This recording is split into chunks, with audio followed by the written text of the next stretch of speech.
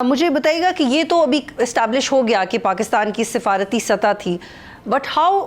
Difficult is it for us for the maintenance of this diplomatic success?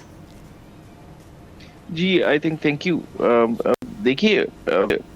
ایک تو بہت ہی بڑی فتح ہے پاکستان کی. آدھی جنگ ہم جیت چکے ہیں، بیکاز اگر آپ دیکھیے تو پوز تو ہے آف کورس مڈل ایسٹ میں. جو ایگو اٹیکس کل ہوئے مگر اس کی انٹینسٹی نہیں تھی، اور آئی آر سی جی نے منع کیا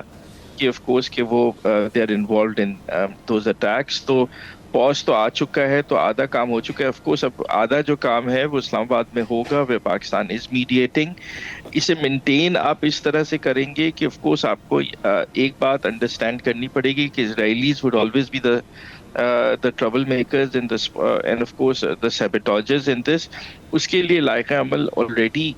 جو ہے وہ understood ہے. I could inform you that Pakistan was of course in touch with the Lebanese اور پھر Americans اور پھر Chinese اور پھر ایرانیوں کے ساتھ اور سعودیوں کے ساتھ جو انڈرسٹینڈنگ یہی ہے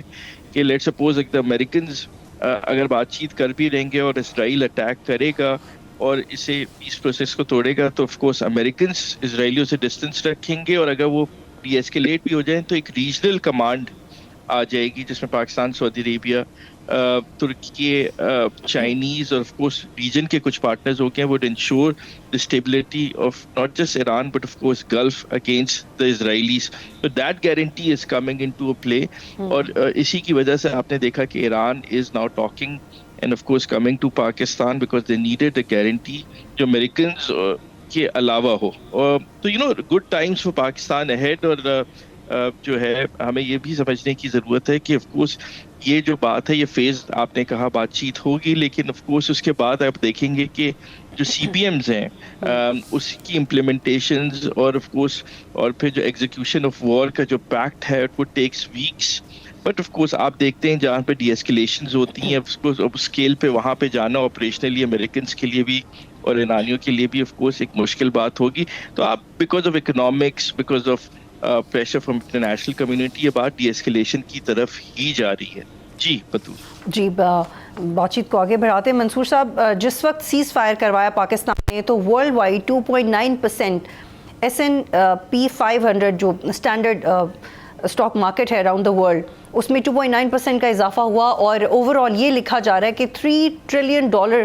ریچر کیا پاکستان نے اس مارکیٹ کو جو آلریڈی آپریٹ کری تھی. تو اس کے مینٹیننس کا سائیکولوجیکل پریشر بھی ہے پاکستان کے اوپر، کیونکہ ایک چیز ہم نے کر کے دکھا دی تو ایکسپیکٹیشنز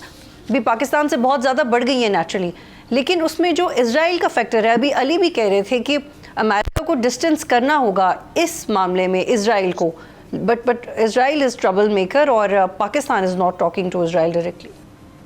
جی اس میں کوئی شک نہیں کہ اسرائیل کی جو تاریخ جو ہے وہ ایسی ہی جنگوں سے اور ایسی ہی جو ایک سپوائلر کے طور پر مشہور ہے اسرائیل جو ہے، اور اس نے پوری کوشش کرنی ہے، وہ کر بھی رہا ہے کہ کوئی اس نوعیت کی پوزیشن جو بنا دی جائے کہ جس میں ایک طرح سے دوبارہ سے جو جنگ کا سائیکل ہے وہ شروع ہو جائے. خاص طور پہ جو لبنان کا محاذ انہوں نے انٹینشنلی گرم کیا تھا، اس کی بنیادی شاید وجہ بھی یہی تھی، اور شاید اسی وجہ سے آپ کے علم میں ہوگا کہ لبنان کو سیز فائر کے ایمبٹ سے نکال دیا گیا تھا، کیونکہ وہاں پہ جتنے بڑے پیمانے پہ اسرائیل کارروائیاں کر رہا تھا اور اسے بڑا یقین تھا کہ وہ شاید ان کارروائیوں کے نتیجے میں بڑے پیمانے پہ بیروت تک انکرجن کر لے گا، اور وہ علاقے کے جو ماضی میں